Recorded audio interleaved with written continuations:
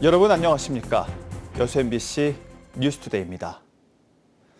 정부의 의대 정원 확대 방침이 무산될 가능성이 커지면서 전남 국립의대 신설에도 빨간불이 켜졌습니다. 국립순천대학교는 목포대와 통합을 통해 의대를 신설하겠다는 계획인데요. 대학의 생존이 걸린 데다 지역민들의 수건인 만큼 흔들림 없이 통합 작업에 속도를 내겠다는 방침입니다. 유민호 기자입니다. 정부는 의대생 복귀를 조건으로 2026학년도 의대 정원을 기존 3,058명으로 동결하겠다는 입장입니다. 전남 국립의대 신설에 관해선 명확한 방침을 내놓지 않고 있습니다. 국립순천대와 목포대는 내년도 의대 개교를 목표로 대학 통합 작업을 진행 중입니다. 의대 신설이 무산될 것이란 위기감에 순천대는 흔들림 없이 절차를 밟아가겠다고 밝혔습니다. 만약 의대 신설이 미뤄지더라도 학령 인구 감소와 지역 소멸 속에서 대학 통합이 이를 극복하는 길이라는 겁니다. 생존을 위한 지속 가능한 전략적 관점에서 통합 시기랄지 속도, 방향, 그리고 바람직한 통합 모델 등을 실무 협의회에서 논의를 통해서 차질 없이 추진하도록 하겠습니다. 의대는 대학의 명운뿐 아니라 도민 건강 생명권의 문제인 만큼 자치단체 등과 협력해 정부와 의료계를 설득해갈 방침입니다. 현재 의대 설립 추진단을 중심으로 지역 의료의 심각성을 알리는 구체적인 자료 등을 준비하고 있습니다. 전남 지역의 의료 환경 개선과 의료 인력 양성이라는 전남 도민의 오랜 수건을 해결하기 위해 전남 국립의대 설립을 위한 노력을 흔들림 없이 추진하겠습니다.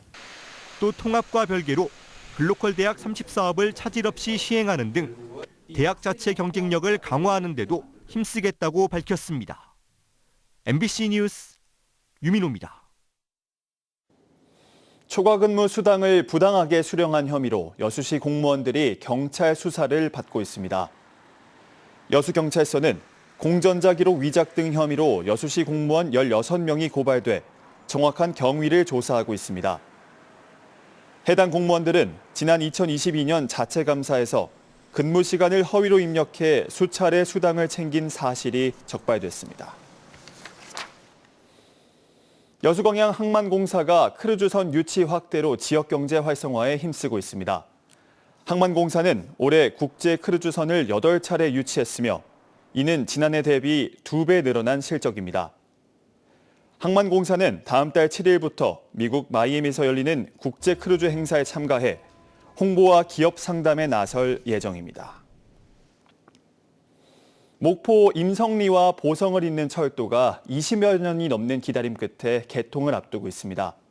목포에서 보성, 순천을 거쳐 부산을 잇는 고속철도망이 완성되면 경상도까지 반나절 생활이 가능해질 것으로 보입니다. 박종호 기자입니다. 개통을 앞두고 막바지 점검이 한창 진행되고 있는 영암군 월출역입니다. 목포에서 영암을 지나 장흥과 보성을 잇는 82.5km 길이의 철도 1조 6,446억 원이 투입됐습니다. 목포 임성리역을 제외한 모든 구간에 새로운 역사와 철길이 조성됐습니다. 지난 2002년 시작된 공사는 예산 문제와 설계 변경 등 우여곡절을 겪다 23년 만인 올해 마침내 개통을 앞두고 있습니다. 아마 그런 기대감도 많이 있지 않을까 싶습니다. 첫째는 이제 경산도 쪽에 우리 이제 동해안 쪽으로 올라가는 길이 쉽지 않기 때문에 이것이 있음으로 해서 부산을 경유해서 동해안 쪽을 둘러보지 않을까도 싶어요. 목포 임성리부터 보성을 잇는 철도의 설계 속도는 시속 200km. 현재 전체 공정률은 99%입니다. 수요가 관건인데 영암과 강진, 장흥 등의 새로 생긴 기차역들이 중심지와 거리가 멀다 보니 버스 등 교통수단 확충이 필수입니다. 그동안 목포에서 보성까지 2시간 16분 걸렸지만 새 철도가 개통되면 절반인 1시간이 단축됩니다. 마산과 부산을 잇는 철도망까지 완성되면 목포에서 부산까지의 여정도 대폭 단축돼 서울뿐만 아니라 경상도까지 반나절 생활권에 접어들게 됩니다. 앞으로 경전선까지 완료가 된다면 목포에서 부산까지 6시간 33분 걸리던 열차 시간이 2시간 24분으로 4시간 이상이 단축되는 효과가 있습니다. 남에서는 현재 계획상으로는 KTX 이음 등 고속열차가 하루 2차례 이상 운행될 예정. 목포와 보성을 잇는 철도는 종합 시험 운행 등을 거쳐 빠르면 오는 8월쯤 개통될 예정입니다. MBC 뉴스 박종호입니다. 오랫동안 침체기를 겪고 있는 광주 충장로 상권을 되살리기 위해 상인회와 건물주들이 반값 임대에 나서기로 했습니다. 반값 임대가 지역 경제에 새로운 활력을 불어넣을 수 있을지 기대가 큽니다. 김영찬 기자입니다. 호남권 최대 상권 중 하나인 광주 충장로. 하지만 거리마다 건물 1층에는 임대를 알리는 현수막을 쉽게 볼 수 있습니다. 특히 충장로 한복판에 자리 잡은 5층 건물의 경우 한 개 층을 제외하고 나머지 4개 층은 20년째 텅텅 비어 있습니다. 지난해 4분기 충장로와 금남로 상권의 소규모 상가 공실률은 11.2%, 중대형 상가 공실률은 24.3%에 달합니다. 400여 개의 점포 중 88개가 공실입니다. 8년 정도 판매하면서 이렇게 공실이 늘어나는 거는 생각지도 못한 부분이었죠, 사실. 보다 못한 충장로 상인회와 건물주들이 반값 임대 카드를 꺼냈습니다. 비어있는 건물을 놀릴 바엔 차라리 임대료의 절반을 받고서라도 상권을 되살리겠다는 간절함에서 시작됐습니다. 광주시와 상인회 건물주들은 주변 시세보다 최대 50% 낮게 상가를 공급하고 최소 2년간 운영을 보장하는 내용의 상생 협약도 맺었습니다. 벌써부터 입소문을 타면서 예비 상인들의 문의가 빗발치고 있습니다. 임대료 인하로 인해서 아마 큰 효과가 있을 것으로 기대하고 있습니다. 경기가 살아나고 충장로 점포가 공실이 없어질 때까지 지속적으로 추진할 것입니다. 코로나19 당시 경제적 어려움을 겪는 소상공인에게 건물 임대료를 일부 삭감해주는 착한 임대인 운동이 풀면서 활력을 되찾았던 지역경제. 착한 임대인 운동처럼 광주시는 이번 기회에 반값 임대가 지역 전체 상권에도 활성화될 수 있도록 지원책을 마련하겠다는 방침입니다. 만약 이 충장 상권에서 이런 사업들이 성공적으로 정착이 되면 다른 상권으로도 이러한 부분들을 좀 확대해 나갈 방안도 지금 가지고 있습니다. 반값 임대가 침체된 상권을 되살리는데 새로운 모델로 자리매김할 수 있을지 기대가 커지고 있습니다. MBC 뉴스 김영창입니다. 가상현실과 인공지능의 발전은 예술적인 표현과 경험의 영역을 크게 확장시켰죠. 인간과 물질에 대한 사색을 첨단 기술로 형상화한 두 작가의 전시를 광주 미디어 아트 플랫폼이 선보입니다. 박수인 기자가 보도합니다. 한 관람객이 태어난 연도와 날짜를 작품에 입력합니다. 인공지능은 이 날짜를 물질적으로 해석해 시를 짓고 다시 이를 영상으로 생성해냅니다. 로봇 생태계에 나타난 이 외래종은 인간을 본뜬 여느 로봇과는 다른 모습입니다. 인공지능이 생성한 이 로봇은 인간의 상상과 경험 밖에 있는 실제의 다양성을 보여줍니다. 작가는 인간의 사고와 인지 너머에 존재하는 독립적인 물질 세계에 주목합니다. VR과 AI 등의 첨단 기술은 작가의 이런 관념에 물성을 부여해 다양한 시각적 경험의 장을 만들어냈습니다. 보편적인 어떤 그런 기술들이 우리의 표현 방식이라든가 생각의 방식을 얼마나 유연하게 바꿀 수 있는가, 그것을 통해서 우리가 동시대의 기술, 일반적인 기술이 아닌 어떤 다양성을, 기술로부터 다양성을 좀 찾아볼 수 있는 그런 계기가 되었으면 합니다. 폐허로 변한 도시의 모습이 벽면과 바닥을 가득 채운 VR 영상으로 펼쳐집니다.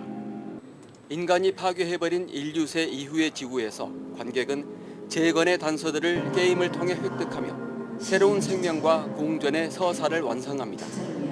디지털 세계에 사는 인간은 쇼핑을 하고 미디어에 글을 올리며 수많은 정보를 만들어냅니다. 이런 활동은 세상을 지탱하는 에너지가 되고 때로는 세상을 혼란에 빠뜨리거나 파괴하는 태풍이 되기도 합니다. 작가는 인간 중심의 창조 서사를 비판적으로 성찰하고 인간과 비인간, 자연과 기술이 공존하는 연대의 가능성을 탐색합니다. 새로운 세상을 대하는 우리의 새로운 인식들에 대한 이야기들을 담아봤어요. 크게는. 그리고 이런 것들을 좀 어렵게 풀어간다기보다는 관객들이 직접 참여해서 스스로 좀 느낄 수 있도록 관객 참여형 작품들을 좀 많이 구성을 했습니다. 기술과 예술의 만남이 감각적 경험의 영역을 얼마나 확장하는지 보여주는 두 전시는 오는 6월 15일까지 광주 미디어 아트 플랫폼에서 무료로 관람할 수 있습니다. MBC 뉴스 박수인입니다.